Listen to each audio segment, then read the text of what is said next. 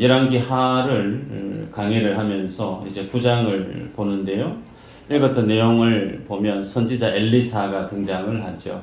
선지자 엘리사가 한 제자를 선택을 합니다.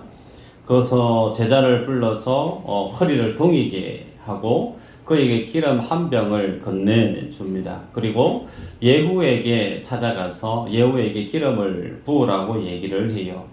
그 예후가 지금 어디에 있느냐면 길랏 라못이라고 하는 지역에 있습니다. 예후가 길랏 라못이라고 하는 그곳에 가 있는 이유는 당시 북이스라엘의 요람 왕과 아람의 하사엘이 길랏 라못에서 전쟁 중이었기 때문에 그렇습니다. 그래서 군대 장관에 해당되어지는 이가 예후였죠. 그래서 엘리사는 이 제자에게 요람에게 찾아가서 하나님이 그에게 주는 메시지를 전달하게끔 명령을 했습니다. 그런데 우리가 한 번쯤 짚어보고 넘어갈 게 뭐냐면 지금 예후가 길랏 라못에서 전투 중에 있는데 여러분 열왕기 상을 우리가 말씀을 보지 않았습니까? 길랏 라못에서 누군가가 전사를 했어요. 누가 전사를 했었느냐면 북이스라엘 왕이었던 아합이 길랏 라못에서 죽었습니다. 그리고 그의 아들이 요람이 또다시 길랏 라못을 지역을 두고 지금 전쟁 중에 있다는 거예요. 아버지가 전쟁 중에 전사했던 그곳에 그 아들이 또 가서 전쟁을 치르고 있다라고 할 때 그 지역이 얼마만큼 중요했기에 대를 이어서 그곳에서 전쟁을 하고 있을까? 소위 당시에 길랏 라못이라고 하는 그 지역은 입지적인 어떤 조건이 나라의 번성, 번영, 국력의 어떤 강성함을 위해서는 반드시 필요했던 지역으로 보였던 거죠. 그래서 대를 이어서 그 길랏 라못을 차지하기 위해서 전쟁을 하고 있었던 것을 봅니다. 그런데 성경, 오늘 읽고 있는 이 성경을 읽는 독자들이 후대라고 그랬죠. 그 후대들은 압니다. 이스라엘의 번영이 길랏 라못에 과연 있을까? 세상 사람들은 환경을 중시하죠. 세상 사람들은 배경을 중시합니다. 세상 사람들은 능력을 중시해요. 그런데 성경은 무엇을 더 가치 있고 중요하게 여기느냐면 하나님의 주권에 있는 줄 믿으시기를 바랍니다. 하나님이 그 사실을 가르쳐 주기 위해서 이스라엘 백성들을 그들의 역사를 아수르에 의해서 엎어버렸던 역사적인 사실을 후대들은 다 알고 있습니다. 그래서 성경을 대하는 이스라엘 백성들과 성경을 대하는 우리 독자들은 나라의 번영 혹은 개인의 삶의 행복, 그것이 절대적으로 환경에 있는가? 환경이 있지 않다는 거예요. 그것을 반정으로, 반면교사로 가르치기 위해서 오늘 본문의 내용이 언급되고 있음을 볼 수가 있습니다. 사무엘하 7장 8절 이후로 제가 읽어드리겠습니다. 이제 내 종 다윗에게 이와 같이 말하라. 만군의 여호와께서 이와 같이 말씀하기를 내가 너를 목장 곧 양을 따르는 데에서 데려다가 내 백성 이스라엘의 주권자로 삼고 내가 가는 모든 곳에서 내가 너와 함께 있어 내 모든 원수를 내 앞에서 멸하였은즉 땅에서 위대한 자들의 이름같이 내 이름을 위대하게 만들어주리라. 내 수완이 차서 내 조상들과 함께 누울 때에 내가 내 몸에서 내 씨를 내 뒤에 세워 그의 나라를 견고하게 하리라. 그는 내 이름을 위하여 집을 건축할 것이요 나는 그의 나라 왕위를 영원히 견고하게 하리라. 이 말씀은요, 나단 선지자를 통해서 다윗에게 하나님이 주셨던 말씀입니다. 그 말씀 앞에 보면 내가 네 원수를 멸하고 내가 너를 위대하게 만들어주고 내가 너의 집을 짓고 내가 너의 왕위를 영원하게 견고하게 하리라. 소위 인생이 세상에서 행복해지고 성공하고 번영하는 그 모든 근간의 핵심적인 비밀이 어디에 있느냐? 너의 똑똑함이나 너의 능력이나 너희의 배경에 있지 않고 나 여호와께 있다라고 그렇게 주님이 선언하듯 말씀을 합니다. 그래서 마찬가지로 하나님은 그 하나님의 언약 앞에 얼마만큼 충실히 단단히 믿음의 삶을 주님과 밀도 있게 삶의 걸음을 걸어가느냐에 따라서 그의 삶은 때로는 세상이 얘기하는 성공과 실패를 가늠하는 기준이 됨을 성경이 우리에게 말씀을 해요. 그러기에 저는 말씀의 서두에 여러분에게 권면합니다. 제목이 가치 있는 인생인데요. 우리가 어떻게 하면 가치 있는 인생을 살 수 있을까? 하나님이 내게 주시는 언약의 그 방향성, 하나님이 내게 말씀을 주시는 그 말씀의 트랙을 벗어나서는 안 되겠죠. 기차가 기차 레일을 벗어나서는 옴짝달싹 못합니다. 마찬가지죠. 그 레일 위에 있을 때 속력을 내서 목적지까지 이동할 수 있는 것처럼 인생이 세상을 살아갈 때 하나님이 주시는 힘과 하나님이 주시는 그 복을 누릴 수 있는 가장 큰 원리는 말씀의 트랙, 말씀의 그 원리 위에 내가 벗어나지 않아야 된다는 거예요. 그러려면 하나님이 관심 갖는 어떤 방향성에 있어서 나의 삶의 목적이, 삶의 인생의 좌표가 거기에 적절하게 세팅이 되어야 됩니다. 기계를 사서 뭔가를 구동시키고 작동시키려고 하면 매뉴얼을 봐야 되잖아요. 그 매뉴얼 무시하고 아무데나 하면 작동이 잘 안 됩니다. 되다가도 또 금세 고장이 나고 말죠. 우리 삶도 동일합니다. 내 삶이 하나님이 주시는 복을 풍성히 누리고 내게 생명을 주는 그 생명, 풍성한 삶을 살게 하기 원하시는 예수의 그 생명을 내가 듬뿍 받아 누리고 세상에서 정말 복된 삶을 살고 싶은 성도분들은 오늘 이 말씀을 접하면서 내 삶의 방향성, 내 삶의 가치를 말씀이 말씀하고 있는 이 믿음의 좌표로 새롭게 수정하는 믿음의 역사가 있기를 주의 이름으로 축복합니다. 오늘 성경이 우리에게 첫 번째 교훈하는 내용이 있습니다. 주님은 순종의 가치에 대해서 우리에게 강조해요. 말씀을 보면요, 선지자 엘리사가 자신이 직접 예후에게 찾아가서 하나님이 주시는 말씀을 증거할 수 있습니다. 하나님 주시는 메시지는 예후에게 기름을 붓고 북이스라엘의 왕조였던 오므리 왕조, 소위 아합의 가문을 하나님의 말씀으로 징계하고 심판하고, 그리고 그 역할을 예후라고 하는 인물을 통해서 새롭게 북이스라엘의 왕으로 옹립시키는 일련의 하나님의 이 일들을 엘리사가 해도 돼요. 그런데 우리가 읽었던 본문에 보면 엘리사가 가지 않죠.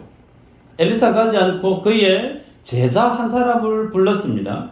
그 제자의 이름이 등장하는가요? 그 제자의 이름도 없어요. 소위 무명의 선지 생도라 할 수가 있지요. 성경에 보니까 1절에는 제자라고 되어 있고 4절에는 청년이라고 되어 있고 5절에는 소년이라고 되어 있어요.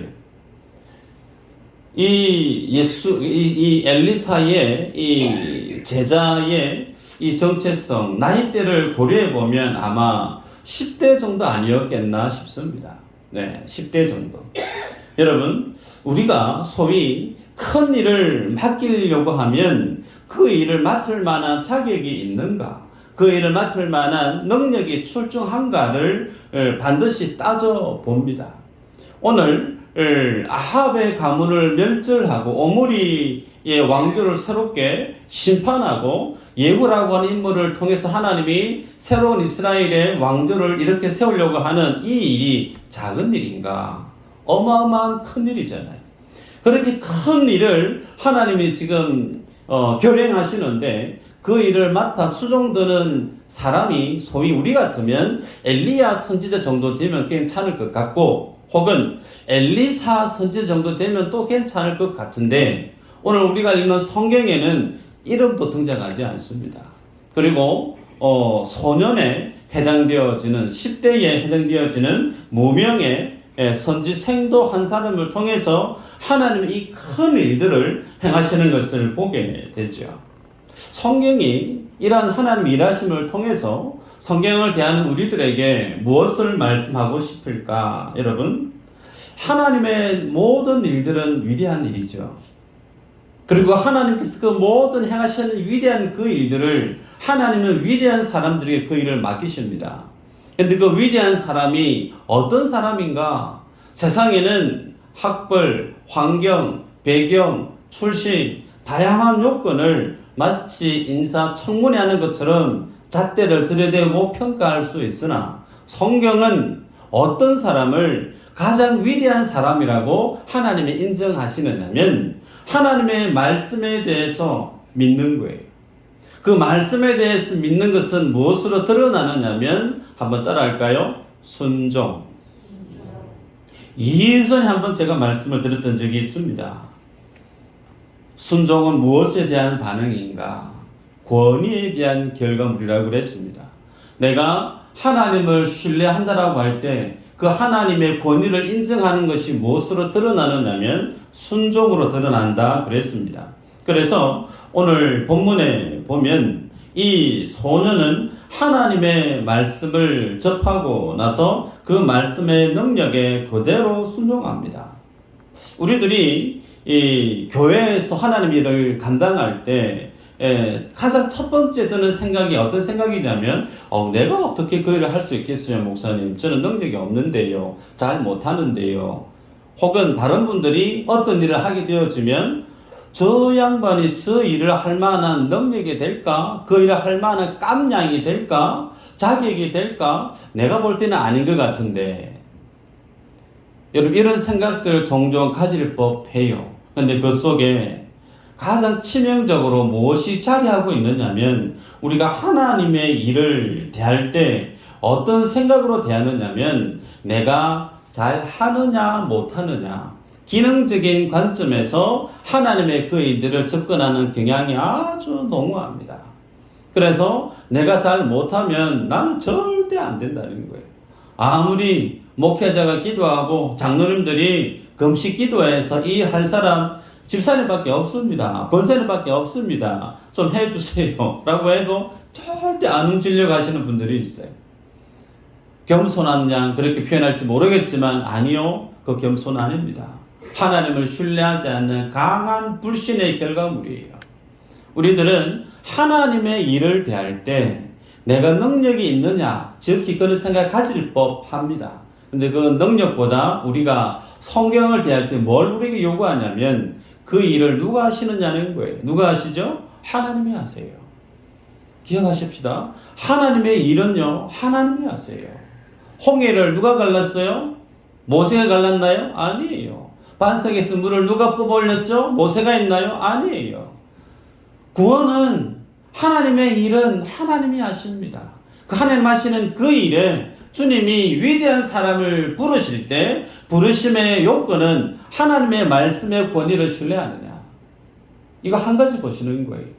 그래서 하나님의 사람은 믿음의 사람으로만 설 수 있다는 겁니다. 여러분, 그러기에 이 청년 입장을 한번 생각해 볼 필요가 있는데요. 갑작스럽게 스승 엘리사가 불러요. 생각해 보면 생각 없이 갔어요. 그랬더니 엘리사가 허리를 단디 동여 매랍니다. 허리를 단디 동여 매고 그 다음에 기름병을 건네주는 거예요. 기름병을 받았습니다. 그리고 사는 얘기가 뭐냐면 예후가 길르알 라못에 있는데 가서 그에게 머리에 기름을 부으라는 겁니다. 그 말의 의미는 이제 아합의 왕조가 넘어지고 예후라고 하는 인물을 통해서 아합의 가문을 하나님이 심판하실 텐데 소위 예후가 이제 북이스라엘의 왕이 될 텐데 그 왕을 세우는 그 일 네가 해라. 지금 그렇게 명하고 있는 거예요. 여러분, 이 일이 이 소년 입장에서 쉽게 간단하게 수긍하기 쉬운 그런 일일까요? 절대 그렇지 않지 않습니까? 여러분, 생각해 볼까요? 시키니까 해요. 갔습니다. 갔는데 길르알 라못에 가서 예후를 만나서 독대를 해서 기름을 부으려고 합니다. 그런데 만에 하나 예후가 자기가 왕이 되고 싶은 마음이 1도 없어요. 자기는 여전히 북이스라엘의 요람 왕에게 충성을 맹세하고 있는 마음이 요람 왕과 붙어 있는 사람이라고 하면 그 자리에서 이 소년은 어떻게 될까요? 목이 날아갑니다. 그죠? 혹은 정반대로 예후가 정말 내가 왕이 되고 싶었다라고 하는 야망이 있었다 치십시다. 그렇게 해서 기름을 붓고 하나님 주신 말씀을 다 그대로 다 전했다고 치십시다. 그럼 그것으로 마음이 평안할까요? 그 비밀이 나가서 북이스라엘의 정권에 세워 들어가서 그것이 탄로 나지면 어떻게 될까요? 잘못되면 자신이 죽는 것은 물론이고 구족이 같이 죽을 수 있는 생명이 달린 문제란 사실이죠. 그런 생명이 달린 어떤 그 일을 이 소년이 순종을 하는데, 성경을 보시면 아시겠지만 엘리사가 불렀을 때 지체했던 흔적이 있는가? 성경을 보시면 아시겠지만 없습니다. 혹은 나는 능력이 없어서 갈만한 사람 보내시지요. 마치 하나님 앞에 가기 힘들다고 객기 부렸던 모세와 같이 이 소년이 그렇게 자기의 능력이, 자기의 믿음의 상황이 그 말씀 감당할 만한 요건이 못 된다고 사양한 그런 거절하는 모습이 있느냐? 그것도 없어요. 자기에게 엘리사가 명하는 말씀이 떨어지자마자 곧대로 순종하고 있는 이 소년의 모습을 보게 됩니다. 그래서 하나님은 아합 가문을 통해서 북이스라엘이 배교하게 되어지고 바알을 섬기고 우상을 섬기게 만들고 온 이스라엘을 하나님께로부터 그 마음을 돌려버리게 만들었던 아합의 가문을 이 소년의 순종을 통해서, 그리고 예후라고 하는 인물을 통해서 하나님의 말씀을 성취시켜가는 것을 본문을 통해 보게 됩니다. 그러게 여러분, 우리 기억하실 모습은 하나님 나라의 그 일은 배경이 좋고 출중하고 뭔가 조건이 되어지는 사람, 그것은 세상이 갖는 요건이고 기준이, 교회 안에서 하나님이 그 일을 맡으실 때 어떤 사람에게 하나님께서 요구하시는가? 말씀에 대한 권위를 인정하고 그 말씀 앞에 계산하지 않는 사람이에요. 계산하지 않는 사람. 하나님의 말씀이면 그대로 순종하려고 하는, 말씀의 권위를 인정할 줄 아는 믿음의 모습임을 성경이 우리에게 교훈합니다. 여러분, 저는 지난주에 전도에 대해서 주보에 광고를 냈습니다. 새벽 전도팀이 있고 토요 전도팀이 있습니다. 저는 아직까지 기대를 합니다. 더 이상 지원 안 하셔도 돼요 할 정도로 많은 분들이 새벽 전도에 지원을 하시고 토요 전도팀에 동참하시고, 매주는 참석은 못해도 그래도 함께 하고 싶습니다라고 하는 그런 어떤 마음의 고백을 담은 분들이 마치 구름대처럼 제게 카톡을 주시고 연락을 주시기를 저는 아직까지 기대하고 있습니다. 그런데 현실은 아직 한 분도 없어요. 한 분도 없어요. 무슨 말인가? 하나님의 일을 함에 있어서 내 능력을 보지 말라는 거예요. 내 환경보다 그것을 믿음으로 붙들고 주님 앞에 가면 안 될 일도 하나님의 일이면 하나님이 하게 하십니다. 여러분, 이것을 경험하셔야 돼요. 해서 다 될 일이면 거기에 믿음이 필요할까요? 필요 없어요. 기도 안 해도 될 일, 거기에 기도가 필요할까요? 기도 필요 없어요. 그런데 안 될 법하고 되기 힘든 일임에도 불구하고 이것이 주님이 내게 해주시는 메시지인 줄 그대로 수납하고 나서 그때부터 뭐 하게 되어지냐면 하나님 앞에 믿음으로 감당해야 될 그 사역 앞에 기도하게 되는 거죠. 그때부터 하나님 우리에게 믿음을 부어주십니다. 아무리 내가 예수님을 믿고 싶어도 믿어지지 않는 분들이 있어요. 믿음은 내가 소유하고 싶다고 소유되어지는 것이 아니에요. 하나님이 주셔야만이 그 믿음을 우리가 누릴 수가 있습니다. 그런데 그 믿음에 대해서 사모함을 누가 가져야 될까? 내가 가져야 돼요. 그래서 안 될 수 있는 일이라고 할지라도 하나님이 기뻐하시는 일이라고, 그것이 내게 해주시는 말씀이라고 내가 인지되어지면 여러분, 계산은 나중에 하시길 바라요. 결과 다 끝나고 나서 계산하시기 바라고, 하나님의 말씀이면 순종해 보시길 바랍니다. 안 될 수 있는 정말 장애물이 너무나 많은 척박한 환경하고 한번 부딪혀 보라는 거예요. 그 척박한 환경하고 부딪혀 봐야 뭐가 생기죠? 믿음이 생기고 기도가 생기고 하나님이 내 기도를 들으시고 하나님이 내 믿음 가운데 역사하고 계시는구나 알게 되잖아요. 이 경험을 안 한 채 늘 온실 속에만 살기를 바라시는 분들은 하나님이 구름 기둥 불기둥으로 나와 함께 하심을 어떻게 할 수 있겠습니까? 가능성이 아닙니다.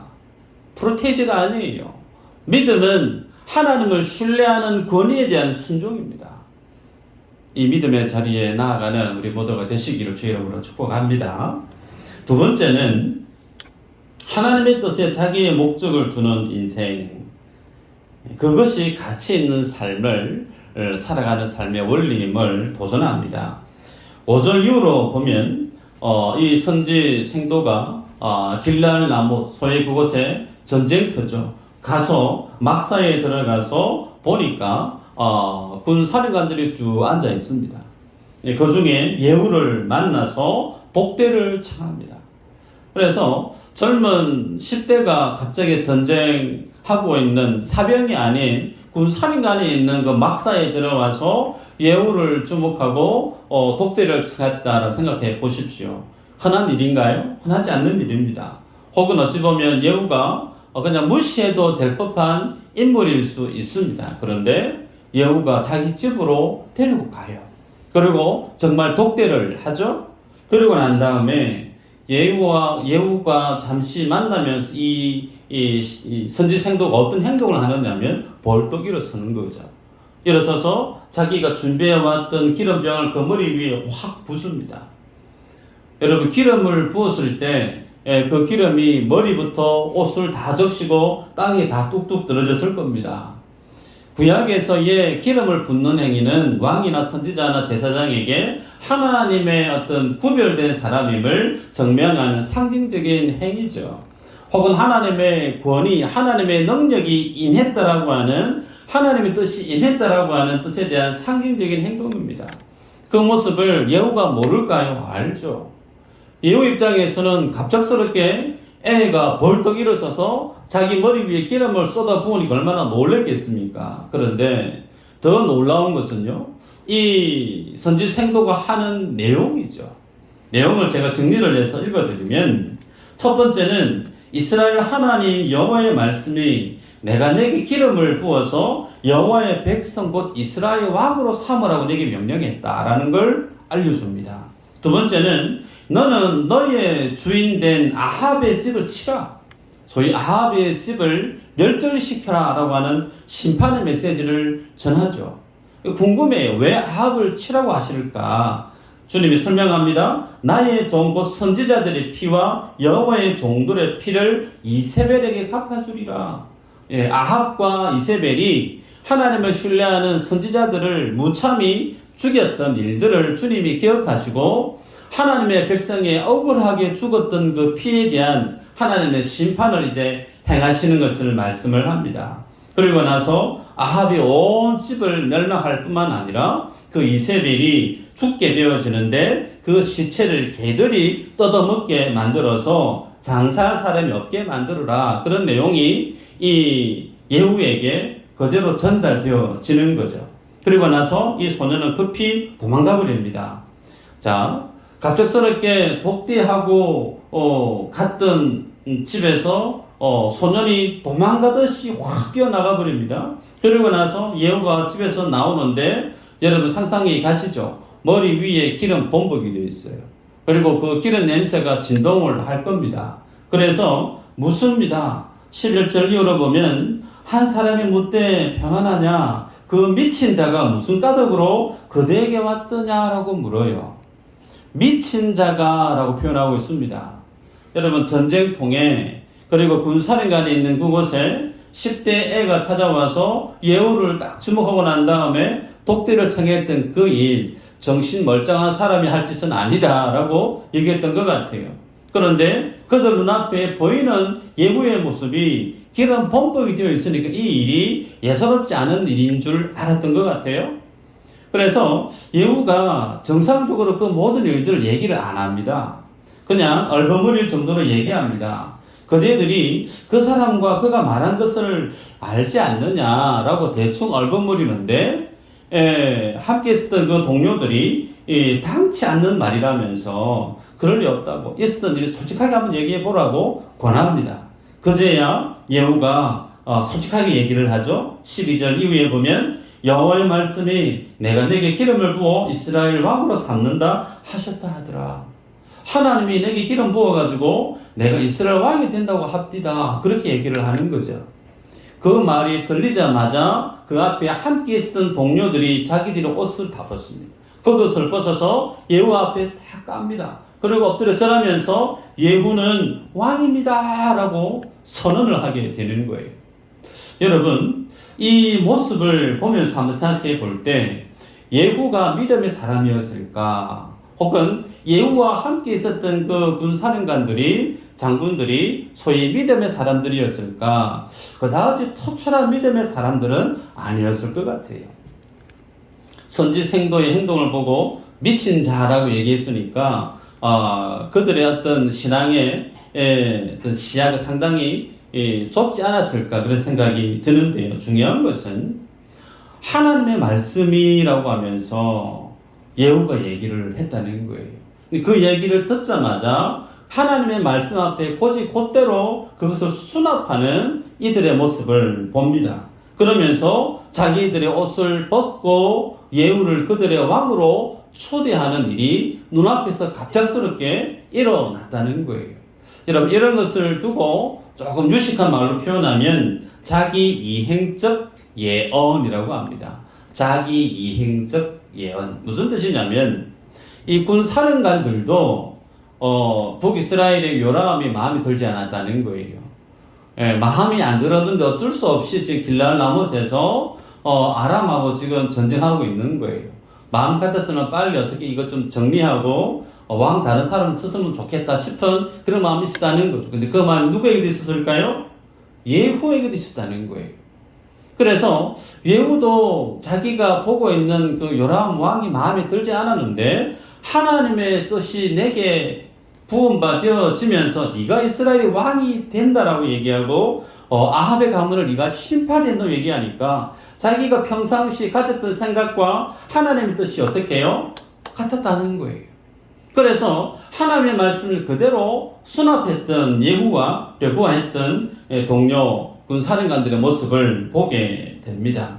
여러분, 이리고 나서 이 이후에 예후가 어떻게 행동하느냐면 무리를 이끌고 다시 들어갑니다. 북이스라엘로 사마야로 들어가는데 멀리서 먼지가 날리고 병거가 오는 소리가 들리니까 파수꾼이 한 사람을 보냈죠. 요람이 한 사람을 보냅니다. 근데 간 사람이 안 와요.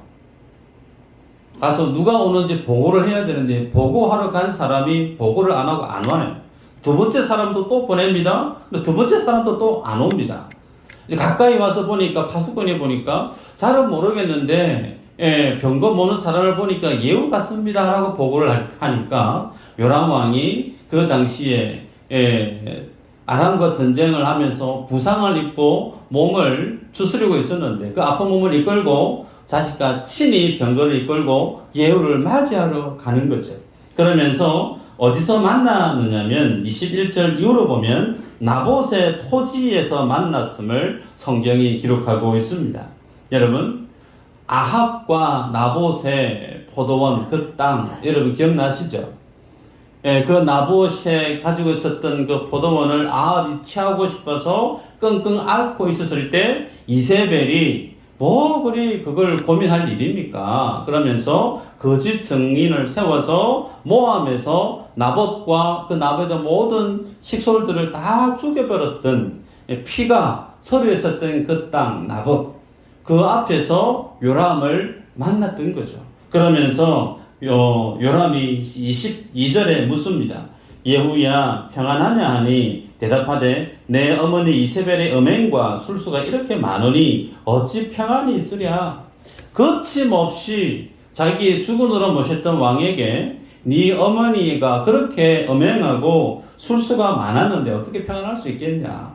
막말을 쏟아내죠. 그 얘기를 듣자마자 요람이 직감합니다. 아, 예후가 지금 반역했다는 거예요. 놀라서 이제 돌이켜서 도망가고 있는데 예후가 쏜 활이 요람의 심장을 관통해 버립니다. 그리고 그 자리에서 죽죠. 죽고 난 이후에 그 요람이 어디에 버려질까요? 나봇의 포도원 밭에 던져지죠.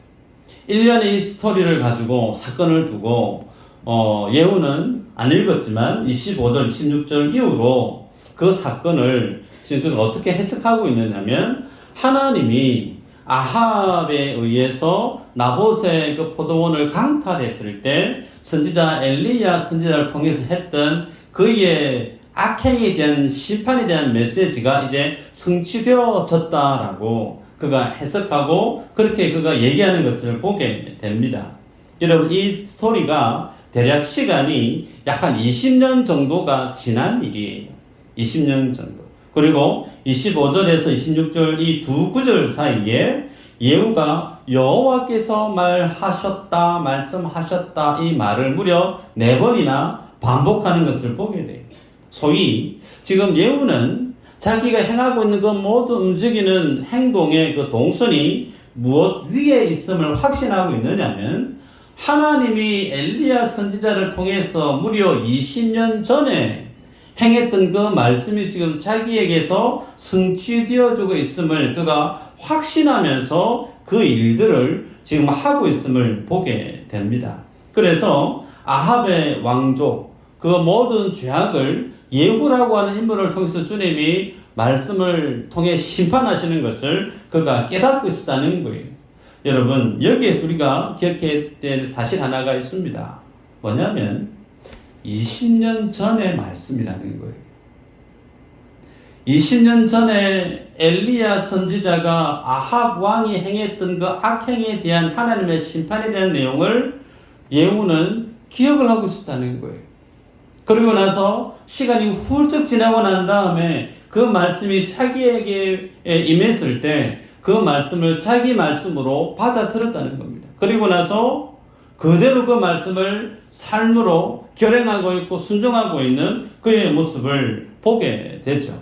그러면서 그의 삶이 지금 무엇과 결을 같이 하고 있느냐면 하나님의 뜻과 그의 삶이 지금 결을 같이 하고 있음을 그가 확신하고 있다는 겁니다. 여러분, 이 부분이 오늘 우리에게 도전하고 있다는 거예요. 여러분에게 여쭤봅니다. 여러분이 지금 세상을 살아가고 있는 그 모든 삶의 걸음의 중심은 하나님의 뜻과 부합된 믿음의 삶을 살고 계신다고 여겨지십니까? 아니면 하나님의 뜻하고는 별 모르겠고 나는 내 뜻과 내 생각과 내 계획에 충실한 삶을 열심히 사는 것처럼 보이십니까? 만약에 후자라고 하면 그 길을 누가 걸었을까요? 아합이 걸어갔어요. 그 길을 요람 왕이 그 길을 걸어갔다는 거예요. 그 삶을 살았기 때문에 아수르의 북이스라엘이 멸망을 당했다는 거예요. 아닙니다. 성경은 이스라엘의 역사를 통해서 하나님의 백성이 살아가야 될 삶의 노선은 하나님의 뜻 위에서 걸어가야 될 인생임을 증거합니다. 말씀 한 구절을 같이 한번 읽어볼까요? 예레미야 29장 11절부터 14절까지인데 같이 한번 보도록 하십시다.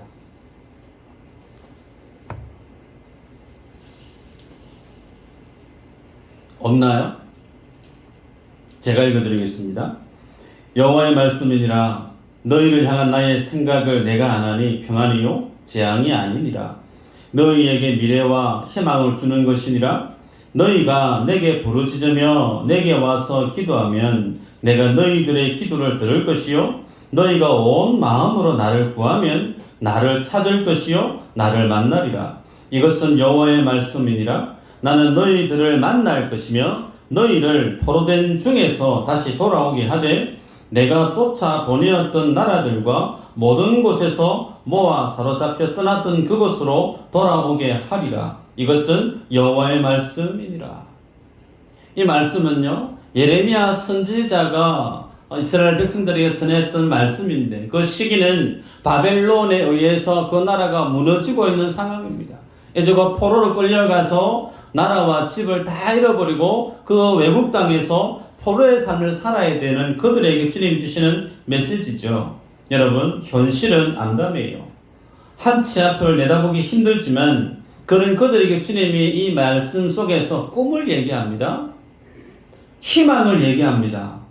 포로로 끌려갔던 그들에게 그들의 삶은 소망이 없지만 그들 삶 중심에 지금 주님은 이 말씀을 통해서 내가 너희를 돌아오게 할 것이다 라고 산 소망을 제시하고 있어요.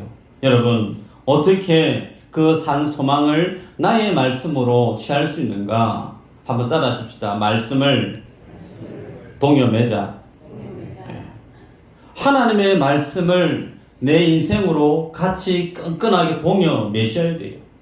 내 현실, 내 상황, 내 어려움의 모습을 어떻게 헤쳐나갈 수 있을까 참 막막할 수 있는데요. 주신 말씀이에요. 29장, 예레미야 29장 11절 이후로 보면 너희가 내게 부르짖으며 라고 그랬어요. 부르짖으며 또 내게 와서 기도하면 그랬어요.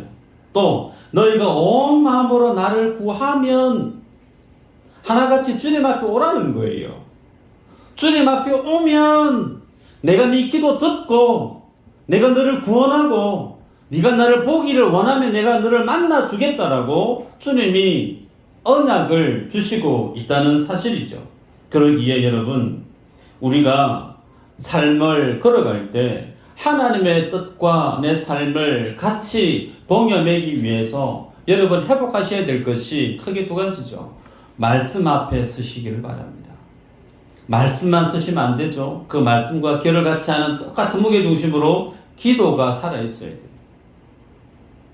이 기도와 말씀이 살아있는 인생은 포로로 끌려가서 세상 모두가 나를 기억 못해도 타국 땅에 저기 산 깊은 골짜기에 마치 쑤셔 놓은 인생이라 할지라도 그 칠흑 같은 어두움 속에서도 여호와 하나님의 말씀을 기억하고 부르짖고 기도하는 인생 누가요? 하나님이 들으신대요. 들으신대요. 저는 깜빡깜빡 할지 모르겠지만 우리 하나님 들으신대요. 그리고 거기도 응답해 주시겠다고 확정하고 계십니다. 그러기에 여러분에게 권합니다. 가을입니다. 여러분이 살아가는 인생이 광야 같고 문제가 많고 어려움이 혹 있을지 모르겠지만 그럼에도 불구하고 여러분이 가야 될 삶의 노선은 하나님의 말씀이 있는 그 길 위에 걸어가셔야 됩니다. 어떻게 걸어갈 수 있는가? 말씀 앞에 나를 동여매시고 깊게 기도의 호흡을 다시금 내뱉으시고 그렇게 주님 앞에 시간을 한번 다시금 결단하시고 주 앞에 서시기를 바랍니다. 그러면 하나님이 하실 겁니다. 기도하겠습니다. 하나님 감사합니다.